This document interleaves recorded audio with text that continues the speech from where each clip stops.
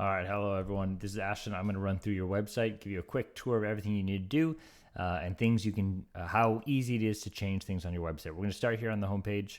The first thing you need to know is how to sign in. So I'm assuming you have already signed in. It's sheridanfd.org/wp-admin. And once you sign in there, you now have this little bar up here at the top, which is your admin dashboard. And so I'm looking through the website. I'm here on the home page, and I can click this edit link button or edit page link, and that will bring me to editing this home page. And you can see that this home page does look slightly different than it does on the front end, because there's little blocks where you can add some more text, some headlines, that kind of stuff. You've already gone in here and edited some things, which is great. But I wanted to point out you've got a couple sections here that you can change things. When you click on something, you've got some options to edit it right here. So this is a heading, an H2. You can change the heading to be an H3 if you want it to be smaller. I would recommend not making it an H1 except for the top one. There should only be one H1 headline on the website, on each page, not the website. And one headline, one H1 per page. You can also make things bold or italics, or you can add links to it. So if you wanted Yamhill to link somewhere, you could paste in a link here and hit enter, and that would add it, or you can select other pages you've got. So as you, like if we wanted to make this link to the contact page, it's going to search, and it's going to search all the pages on the website, and then you can select contact. There it is. So contact us. And then Yamhill would now link there. I'm going to go ahead and click that again, and that'll remove. We were going to hit edit the link, and then delete the link, and save it. Are we done? Why is it not removing? This button right here. Remove link is the slash through the link. Perfect. Okay, great. So if you want to change this text or change this picture, you have these options right here. You can hit replace or change the picture. You also have a bunch of options here on the right. So if you wanted to give it rounded corners, you could do so, or just make it very rounded, things like that. Anyway, you have options on the right-hand side when you select it, as well as this little menu that pops up.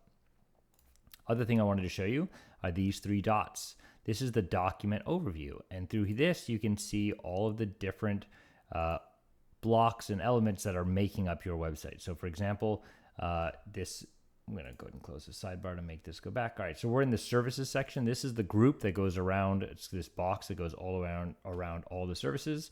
We've got a headline here that says services, and then we have a row. And in this row, we have 3 items, which are all groups for each of these different elements. The address sign goes to the address sign page. FireMed goes to FireMed, right? So we can go through here, and you can make some options. You can change some options here with the sidebar or on the right. So for example, if we wanted to add another option here, we could hit these 3 dots and we'd have duplicate. And so we would duplicate this group, which would include the image and the buttons, or in this case, 1 button. And then we would have 2 FireMeds, and we could replace the image, that kind of thing. We don't want to do that right now, so I'm going to go ahead and just delete that. Now, if you make some changes to your website and you don't hit save, it will kind of do an auto save, and you can come back and you can edit it or pull it back up to edit. But if you do not hit this blue button up here at the top that says save, then it won't save any changes you make. So we don't want any of those changes to take place. So we're going to go ahead and leave that. I'm going to click on this top left, and that's going to bring us back to the website. It says, are you sure you want to leave? Because we had made a change and wants to make sure we're okay with leaving. And that's totally fine. So we left. We're back at the home page. Now let's look at our board meetings. So the board meetings fall under our events. We made some event sections here. And you can see we've entered in all the past data. We can click here to see the October 8th board meeting. We put some information in here with the Zoom info and details, as well as the view agenda. Now, just like on the homepage, if you want to edit this event, you can click this edit event link here up at the top. And you can see what this event looks like in the edit page. All right, so we've got the title, board meeting. Now, we probably should be a little bit more specific with this in the future and call it something more like, I don't know, maybe the date, October 8th, 2024, board meeting, something like that. But we can come back to that. Down, I'm just going to run through this page so you can see what it is. Here's this main description, and here's the date and time of the start and stop. And then we're kind of skipping this location. It's not really necessary. We don't really need the organizer. You've got the Zoom link here, which is useful. And I believe that's the same Zoom link everywhere. So you can probably just copy this one. And then you have the event documents. So we've got the agenda here already added. Now we have the minutes in the other file because you often had been adding additional files. So now that this one is over, you'll probably want to come in here and click add file. And by clicking that, you'll pull up a, hey, do you want to upload some images, upload some PDFs? And you can do that here. You can select one if you've already uploaded it, or you can go to upload files and select from your local files and upload them directly. And then once you've selected, let's say we're going to add this one. This is not what we're going to be using, but you hit this blue button here at the bottom. Oop, you can't see that. Let me scroll up a little bit. There it is. So you hit this little blue button here at the bottom to select it, right below my face, down here, down there. And you hit select. And now we have then these titles. We've got the board agenda here under agenda, and we've got this background applicant disclosure, which is wrong. So we're going to go ahead and delete that, but that's where it would show up. And then again, you always have to come up here and hit this blue button to save your latest options. So on the left-hand side, you always have this add new. So if we're adding a new agenda, I believe I hit, nope. Let's go ahead and hit add new.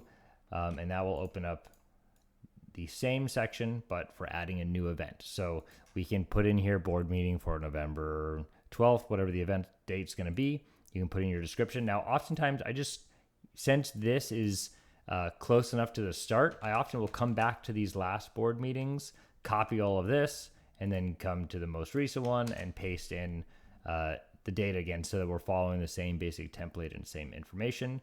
You can select your start date and end date.